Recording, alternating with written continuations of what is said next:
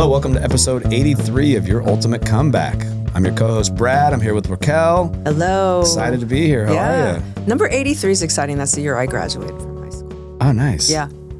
Not me. No, I know. You're much younger. You're much younger. Don't mean to rub that in. Yeah, it's okay. But we were having some technical difficulties, which was kind of funny. We're in a new studio, another one. It's the Where's Waldo? The Where's Waldo? The World Tour podcast. Yes. We're just I like checking this it. one. I like it too. Yeah. I like it too. Very nice. Yeah. Everything good this week? Everything's good. Everything's good. Nice. Yeah. I thought we'd talk a little bit about, we were kind of talking before the podcast about some stress that isn't really typically talked about. Okay. And it came up actually this week when we were training. Yep. And it's this idea of novelty stress. Mm-hmm. I learned about it in the world of sports. Yes. And it was really fascinating. And for example, novelty stress in sports is if your team always practices at 2:00 in the afternoon, and then you have a game at 7 p.m., which is very typical of like the high school football. Yep. That right there is novelty stress because it's a different time of day. You're in a different part of your circadian rhythm cycle. You didn't explain what. So if you're doing 2 and 7 typically, that becomes novelty? If you have practice every day at 2, okay, your body gets used to performing at 2:00. Oh, got it. Okay. But then come Friday night, you have a game at 7. Gotcha. Yeah, okay, I missed that. It's a novelty stress because it's a completely different time of day. Got you. I learned it a lot back years ago. I used to work with a bunch of UFC fighters. And their novelty stress is they train by themselves in a quiet room, and then all of a sudden they're walking out to this arena of 60,000 people going crazy, the loud music, and their their heart rate is way higher than it normally is. They're not used to all the stimulus, of course, and they would burn out really quickly if they weren't acclimated to it. Okay. So novelty stress is a real thing. That's one of the things I used to experience a lot when I would travel, change time zones, and all of a sudden I'm having to speak at 8 a.m. on the East Coast. Well, it's 5 a.m. on the West Coast. Yeah. Like it's very stressful. And I can't remember what we were talking about. Because I was subbing a class at a new studio. Yeah. So you're in a new environment, new people, new protocol. Everything's different. And you were a little amped up, getting ready to go to it. Yeah, I was.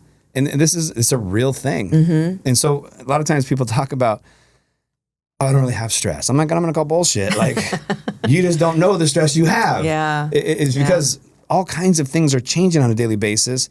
And where people really start to feel stress is when they've been pushing too hard for too long. They're training too much. They're not sleeping enough. That's when novelty stress will start to tip the scale. Right. And people will lose it over something that doesn't usually happen. All of a sudden happens and boom, they'll snap and they can't take it. Right. It's an example of stress and overwhelm winning. Yeah. And it's also a sign that you're not recovering well from whatever it is you're doing. So it's something that needs to be addressed and thought about. Some of the smart things they'll do, for example, in sport is they'll start having some practices at 7 p.m. at night so that the athletes get used to training at that time of night so that when they go to perform, the body's a little more used to it. Yeah. They'll do things in the world of fighting. What they would do is they would create like really loud environments, crazy speakers, and have the guys go and train in that. Yeah. So they would kind of get a little more used to the crazy stimulus that they weren't experiencing in their training. Yeah. They used to call it, like, guys that had never experienced a big fight like that, they would call it going primal. Oh, I bet. They would get in the ring and all their technical skills would go away and they would just start throwing haymakers and just gas out super fast and lose. Right. Literally, it's like they go primal. Because you're fight or flight probably, right? Yeah. You go in that part of the brain, it's just straight primal. Yeah. All your skill set, all your training, everything is out the window. So it's a real thing. Yeah. So that's an example of a stressor that we don't even realize is a stressor. Yeah. And it's crazy to me. I know we talk about this a lot, the world of stress, but there's so much of it out there. Right. I mean, here's another silly one. In the mid 80s, Careful. Well, I was around then too. The amount of information you were exposed to in the mid 80s compared to now. Oh, yeah. Is the equivalent of like reading 170 some newspapers a day. That is how much we're just bombarded constantly processing through on a daily basis now versus in the mid 1980s. They say a kid now has access to more information than the president did in the mid 80s. Yeah, it's crazy. So there's another example of a stressor we're just used to. And not a good thing. Not a good thing. No. We're just being bombarded constantly with overstimulus. Yeah. They talk about, going on dopamine detoxes of all these cell phone, the hits, the rings, the pings, the colors. Yeah. Like that's stressing us out. Yeah. we get used to the stressor, so we don't think it's a stressor, but it's still there. Yeah. And you can really feel it if you ever go on a trip or a sabbatical or something where you just get away from it all. I used to be a part of Bold. We had Eric on here, and we would take people up to the mountains for literally 48 hours. But there was no cell service, no Wi-Fi, no TVs, no radios, nothing. Talk about watching people freak out. Alone with your thoughts. Yes. Yeah. A lot of people don't like to go there. No. But that's when you begin to realize, oh shit, where's all the stimulus? Right. And then the funniest part is when it's all over and you got to come down the hill and go back, like people didn't want to turn their cell phones on. They're afraid. They're afraid of, like, they kind of made peace with it and realized how much overstimulated they were. Right. And now they're there. I remember when my kid's older brother, Joseph. Oh, I was just going to say, I remember you saying that. He got out of boot camp, 3 months, no phone, had no idea what was going on in the world. Right. Give him his phone back. He didn't want to turn it on. Because it's like bing, bing, bing, bing. Yeah, he's like, I've learned to enjoy life like this. I don't even want to go there. I mean, he finally did, but I remember we picked him up and he was just like, I don't even want to turn it on. So are you one of those, well, you can't be. So I actually know the answer to this, but you're not one of those persons that has 1,500 unresponded to emails or 700 text messages. Yeah, I am. You are? I'll tell you right now. Oh, no. Emails. How many? Oh, I took the alert off. 17 text messages though, but I turned the alert off on my email because it's thousands. Oh my gosh. 18,278. Okay, that stresses me out. That stresses me out. Yeah. Let's look at mine. I've just learned to ignore it. Let's look at mine conversely. Because people that know me know if you want to get a hold of me, you text me. You don't call me or email me if you want a response. 2 text messages, 3 emails. Because I get that crap out. I've cleared mine out numerous times to 0 and just try to keep up with it. Yeah. It always wins. Is a lot of it junk though? It's all junk. Oh, well then unsubscribe. You do, they still come. They're coming from everywhere. They're coming from everywhere. Everywhere, I swear to God. Websites I've never even heard of. Yeah. I maybe get 2 emails a day that are of critical, critical importance. I'm going to just say I'm honored when you respond to me. Really. Apparently, I'm up there on the, a hierarchy. Yeah. You're 1 of 15. I love that. No, just kidding. But yeah, it's hard. It's hard to keep up. Yeah. But it is stressful. So what I've learned is if someone really needs to get a hold of me, they'll text me. Yeah. That's and if you don't have my cell phone number, I'm not that worried about communicating or getting back to you. Like the people that really have access to me, they have my cell phone number. Right. And they know if they want to people I'll call all the time. I remember my old Jim Stark, they would call and be like, oh yeah, I'm really close with Brad. Like, okay, hang on. And they'd come out and ask me, hey, so-and-so's on the phone. They said they know you really well. I'm like, if they know me so well, tell them to call me on my cell phone. Ooh, yeah. Yeah. That was an easy out. Yeah, for sure. There's always somebody selling something. Yeah. Yeah. Yeah. But you know one thing, talking about the stress compared to, not the stress, but the information compared to the 80s versus now, my son has said that to me so many times. Mom, you don't even know how bad this is. Referring to the cell phone in his hand. Yeah. I think I told you when he kind of went on a sabbatical from a smartphone and went to a flip phone for a while, and he was so proud of himself and loved that. But sadly, you really can't survive that way. You can't be in business. You can't do anything. Travel anymore without it. Everything is on an app. Everything you have to. So it's I give him props for trying that and wanting to do that, and I understand where he was coming from, but it's not sustainable. No. I'm not being rude to people. It's just that I have my family, my close friends, and my clients, and I want to give them overwhelming attention. Yeah. So that's why I do it that way. Do what? Ignore people. Ignore people, right? Because I want the people in my life that I value the most to get my full attention. Yeah. I used to have the tendency of I would try to answer everything, everyone, and then the people that matter the most to me, that are the most valuable to me, aren't getting my full attention. So that's why I chose to do that. Yeah, that makes sense. It is not because I want to be a jerk or because I think I'm not important, but I just want the people that are the most valuable to me to always know that. That's why I always respond quickly to you. That's why any of my clients, my family members, my close friends, I'm on it. No, you are. Yeah. Absolutely. I chose to go that route. Right. Yeah. Versus trying to answer everything, everybody.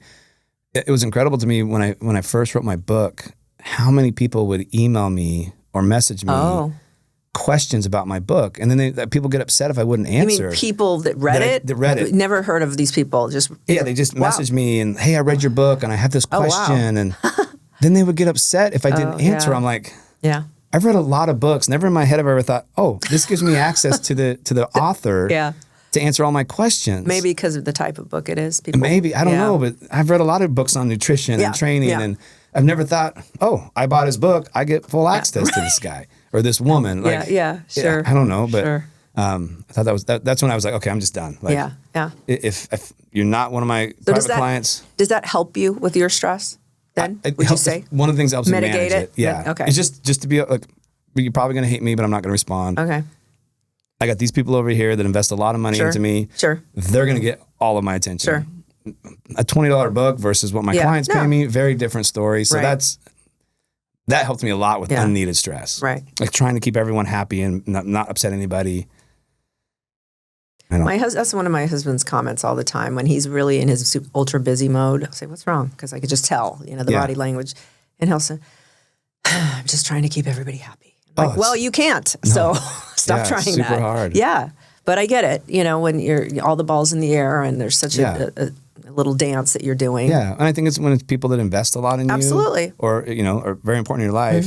Yeah, that can get hard. It's hard enough for me to manage my private clients and the people that are important to me, but.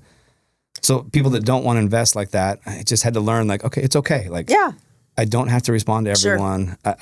This person way more invested in me than this person, and they're going to get my attention. Yeah.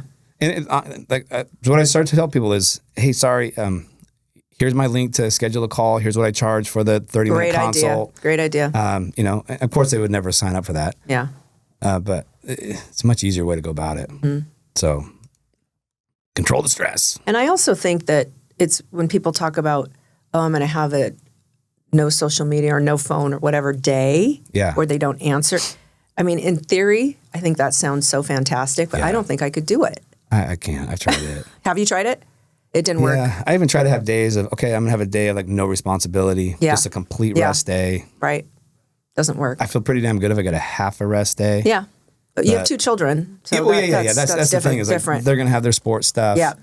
Yeah. The Sundays, used to be, I remember being a kid and nothing happened on Sundays. Right. No, nothing was open, no practices, nothing. That's out the window. Yeah. It's so, there's stuff still calls and stuff to do that. But, and a lot of times I spend Sundays catching up from the week and preparing for the next week. And I guess better to do that than not. And then all of a sudden have the stress of not being ready. Right. Behind. Yeah. Yeah. But I wanted to talk a little bit about recovery because the stress is not going away. The only answer is I call it the recovery gap, meaning that there are signs if you're recovering well and handling stress well, or you're not recovering well from the stress. And I label it stress resilience. I talk a lot to my clients about protecting the asset, which is ourselves. And this is kind of how you do it. So the recovery gap is it's a simple, I'm going to even give like a little scoring system of you can check yourself. Like, am I recovering well or am I not recovering well? Yeah, before you wreck yourself. And this is kind of more targeted towards 35 to 65, kind of the window of people that I work with that, listen to our show. So here are some signs that you're recovering well. Not recovering well. Okay. You wake up more tired than when you went to bed. Your workouts feel harder, not better, even though you're consistent. You're constantly sore and inflamed, mood swings, sugar cravings, low libido, and your body comp is not getting better or it's getting worse despite the effort. And this is the one that I see all the time. Well, that's the one people care most about. Yes. It's like, I don't get it. I'm getting fatter. I'm not losing body fat, but I'm doing all the things. No, you're not. You're not recovering well. Yeah. That is the thing that is drastically important to fight off the stress because it's overall physiological stress load. Yeah. It's your exercise stress. It's your family stress, your business stress, your novelty stress, life. Yeah. Information overload. Yes. All of it is impacting you. So people think like, well, I work out and then I do the recovery boots. I'm good. It doesn't effing matter. The recovery boots. It doesn't matter. Like I'm actually not worried about your exercise. Yeah. I'm worried about what's your overall stress load look like. Right. Your recovery boots aren't going to solve that. Yes. So here are the pillars that I like to talk to people about. Some of this is going to be reiterated, but sleep is the ultimate recovery tool, right? We want 7 to 8, 9 hours of sleep if you need it. Yep. Again, blackout room, no screens, 60 minutes before bed. We want sleep support. Magnesium glycinate is a great one. Theanine, I talk about those two a lot. Yeah. Stress management, we want nervous system care. This one I think is super important. So this is like active recovery, walks, mobility, breath work, parasympathetic stimulation. So there's sympathetic load, which is fight or flight. Yep. Parasympathetic is rest or digest. So some parasympathetic stimulation, cold plunges, meditation, grounding. Like for example, I sleep on a grounding sheet. Do you? That's supposed to help with parasympathetic recovery. And then there's adaptogens you can use. Ashwagandha, rhodiola. These are great supplements that help. Some certain peptides, 2 that I'm on right now because of this specific reason, BPC 157 and MOTS-C. Both of those help with stress management and resiliency. And then nutrition. One, got to make sure you eat enough food. Like that is one of the biggest mistakes I see high stress people do. They're not eating enough. Yeah. And a lot of times they play it into the game of, well, I'm trying to lose weight, so I'm watching my calories. No, you're just so stressed and you're so busy, you're not eating. That's one of the things that scares me when people use the GLP, and I think these are incredible. But when you're using them wrong to the point where you can't eat, that is a massive disservice to your nervous system. And you can't recover as well. I like anti-inflammatory foods, lots of vegetables, lots of good protein. I personally like carbohydrates, especially after a workout or in the evening time to help bring stress down. Yeah. When you eat the carbohydrates, cortisol hormones come down. I like that. And then hydration and electrolytes, super important. Electrolytes are super important. At the weight room, we had a conversation about LMNT. Yeah. There was all this hype that went out about LMNT was not being good. Yeah. Is like bad ingredients in it. They were lying. So I looked deeper into it because I love Rob Wolf. Like he's one of my favorites. And it was a misunderstanding. They said they had 0.04 grams of maltodextrin, which is a fast absorbing sugar. And there actually was 0.4 grams. Okay. And they're like, that is 100 times more. Okay, let me tell you guys something. I used to drink 50 to 100 grams of maltodextrin in my post-workout shake after my training. Really? 0.4 grams? I don't even think it's going to cause your blood sugar levels to go up 1 point. It's such a minimal amount. Yeah. So they made this big deal over this misperception of labeling, and I mean, that is the silliest thing ever. Like to freak out over that. Yeah. But I'm still a huge supporter of LMNT. I think it's great. I am obviously not afraid of maltodextrin if I'm doing 100 grams of it. Yeah. So to have 0.4 in my LMNT pack every month, I'm not too worried about that. Yeah. Pretty sure it's not going to kill me or harm me or cause blood sugar issues. I like Cure. Have you tried that one? I haven't. I'm a big fan of Rob Wolf. I'm a big fan of LMNT. This one's good though. Yeah. No, I believe that. I just and I like Rob. Rob even came out and he's like, hey, look, misunderstanding, right? There was some misunderstanding between our suppliers. Sorry, man. Yeah. Sorry, and the guy just hammered on him and he's like, hey, buddy, sorry. Yeah. I can't be perfect like you. I made a mistake. I'm sorry. Like, not everyone's like you. People love that when they bust someone on something, right? Yeah. Isn't that funny? Yeah. And Rob's just a straight shooter. I've been on his podcast a few times over the years. I love the guy. Okay. So he's the developer of that product? Yeah, he was one of the founders of it. Oh, okay. He wrote the paleo solution. Oh, gotcha. Yeah, he's just phenomenal, man. Okay. I love his work. But that same person's probably going through the drive-thru at McDonald's. Oh, that was probably. complaining. Yeah. It's so dumb. And then you look deeper into it, and all of a sudden he has links to like his product. I'm like, you asshole. Oh, yeah. That's such garbage. Here we go. Yeah, but whatever. Yeah. But so I told her like I'm still gonna drink LMNT every day. Yeah. There was nothing in it that I'm scared of. Yeah. There's nothing I think is harmful. And obviously, if I'm doing 100 grams of maltodextrin, I'm an athlete training really hard. Yeah. 0.4 grams, I'm going to laugh at. Yeah. Silly. You're fine. Yeah. I'm going to make it. My blood sugar is better than it's ever been. Pretty sure it's not an issue. Yeah. So, so I had a cool, I didn't print it out. Oh, dang it.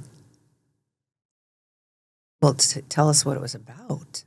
Well, I made a little score chart. Killing me. A little score chart people could use on a daily basis to see, are they in the gap or out of the gap? Oh, okay. Are you in that sweet spot? Let me see if I can pull it up. You can pull it up. Okay.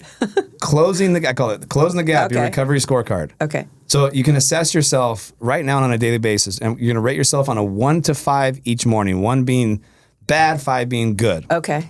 So, example, Morning energy. Do you wake up ready? Right. 1 would be hell no. 5 would be, yeah, I'm ready to roll. Okay. Sleep quality. You can, if you get good deep sleep, good score, if you're tracking that, or just if you wake up refreshed and you didn't wake up a bunch throughout the night, 1 to 5. Workout recovery. Are you still sore from a workout you did 2 or 3 days ago? Can I ask a question about that? Yeah. People love that. Being that sore? Yeah. it's People love to come to my class and say, I'm still sore from 3 days ago. yeah, that's horrible. It's a sign you're not, it means it was too much volume, you're not recovering from it. Okay. Always? Or can it just be something was a little different, your body wasn't quite used to that? If it's taking you 3 days to Okay. recover from Okay. something, it was Okay. too much volume. Oh, okay. In my opinion. Okay. The really good training is to create just enough stress to create change and go home and recover. Got it. So it's more valuable to be less sore and make great progression in your training. But here's the other thing is people aren't tracking their progression in the training. They just do some crazy hard workout, Yeah. then go do another crazy hard workout. Right. And they don't really know which was. Yeah, there's no okay. adaptation to the Yeah. training.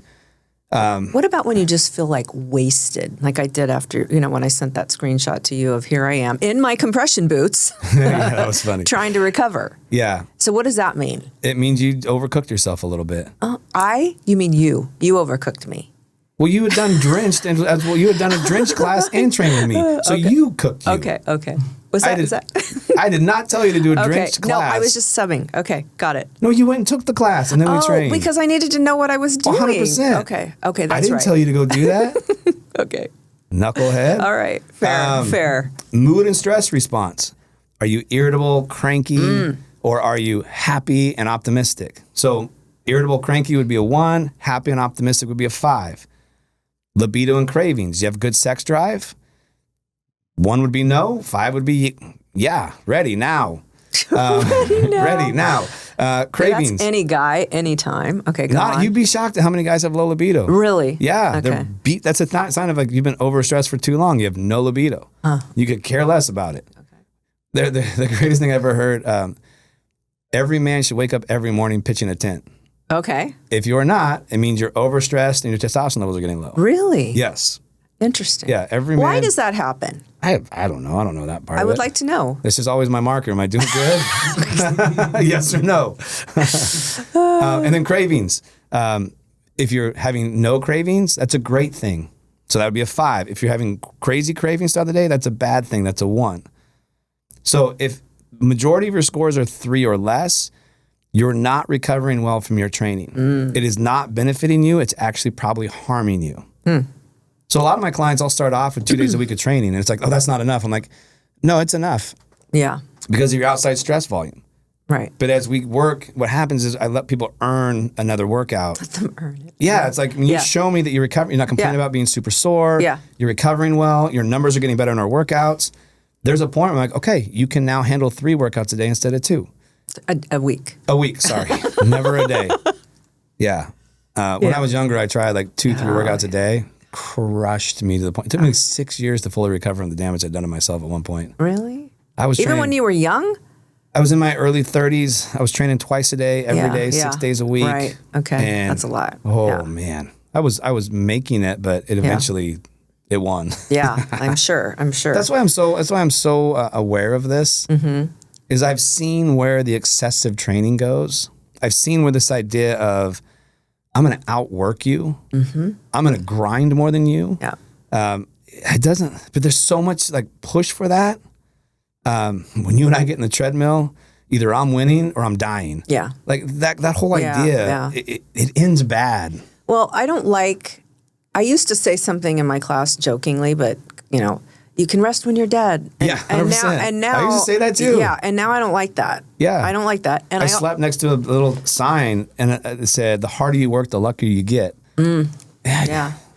I have a very different opinion on that. Yeah, And I'm no. very protective of the athletes that I work with and the Yeah. people I work with. Yeah.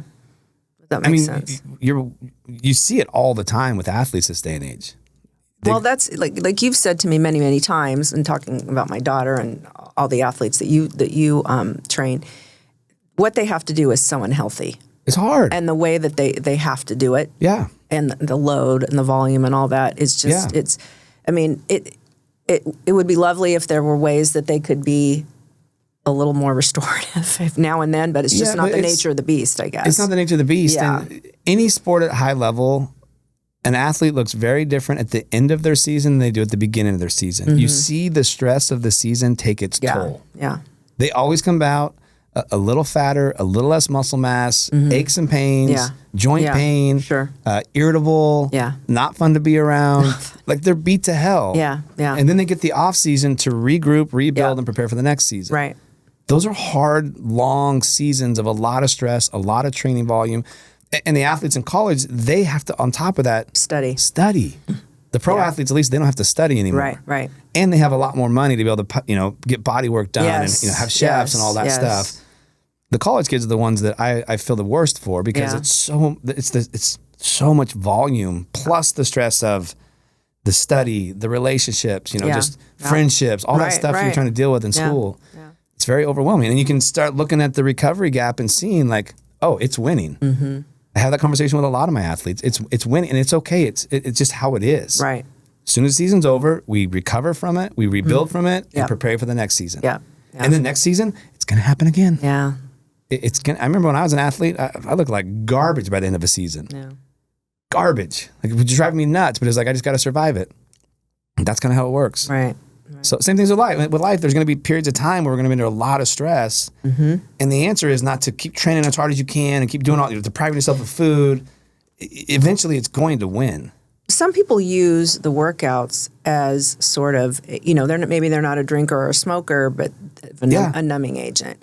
So they're getting more stress and they're like, I'm just going to go sweat it out. Yeah. So that's probably not the best case scenario either, right? No, that was one of the tools I used when I was going through a lot of my stress. Sure. It doesn't end well. Yeah. Wow. It's going to stop you eventually. But you know what? Sometimes you got to do what you got to do to survive the stress and get through it. And I judge no one on that. I've been through some pretty stressful things in life. And every time there's some numbing coping mechanism I'm using to survive it and get through it. I think it's a survival tool, to be honest with you. Of course. As long as you can get to a point where you recognize, okay, I'm using this to numb myself. This is not beneficial to me. Yeah. I'm going to change. Yeah. Yeah. But I think at some period in that realm, there's got to be I can't deal with this. I just got to numb it until I can face it and deal with it. I mean, that's my opinion with myself, with my experiences is I either numb it or I'm going to do stupid shit. What do you think about the kind of slogan, if you will, when people say the only workout you ever regret is the one you didn't do? Oh God, it's such bullshit. I don't like that one either. I used to. Yeah. I used to. The greatest thing you can understand is the day that you are forcing yourself to the gym and you say, you know what, not today. The gift. That's a gift. Yeah, you're not unless you're someone that strings those days together, right? If you strung together 6 days. Well, that's a different thing. Now you're being lazy, but I'm telling the people that are committed that when you probably shouldn't be going. Yes. Fuck, I don't feel great. Yep. I'm tired. My heart rate's higher than normal. I didn't sleep well last night. Yeah. When you can have the discipline to say, you know what? Today's the day not to go. That's when you're beginning your journey of taking great care of yourself. Yeah.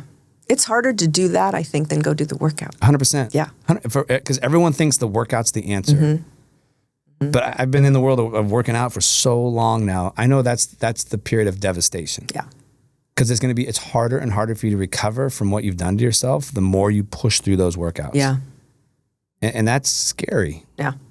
But I get it. I did it. I don't judge anybody for doing it. Sure. But now I'm very aware of, okay, today's not the day. Yeah. Yeah. Today's not the day. I tried to push through a bunch of training with Garrett, and he's, half my age, and I ended up with shingles outbreak. Yeah. I was doing all his workouts. Plus, we would train, and then he would go home and have his body guy there, stretching, relax. Yeah. I got 10 more clients. Sure. It did not end well. Yeah. Yeah. That's a great example. Yeah. Actually. It's like, I was doing them. I was getting through them. Yeah. I mean, it was great. The extremes you'll go to not do a workout with Gary. It's the thing is, it's super fun to train with him. Yeah, he's such a great guy. I bet. Yeah. And I know he likes knowing, okay, that I'm basically, I'm almost 50 and I'm doing what I'm asking him to do. Definitely. I think he has a lot of respect for that. But this time got me because, I just can't see 10, 12 people a day and train like that with him. No. At this age, at one. Yeah. Definitely. But it was fun. Well, it lasted. I liked how strong I got. Yeah, I bet. I haven't felt that in a while. Yeah. That is all gone, by the way. I did my first leg workout since having the shingles 8 weeks ago. And all right. Yeah. Hey. Goes fast. You're not getting ready for a competition. You're good. No, We're no, just life. I still got an ego like most people, but Yeah, I hear you. I know that one. yeah. All right, we got to wrap it up. We are running out of time. I got to Okay. go back to the gym. Yes, and do another client. Yep.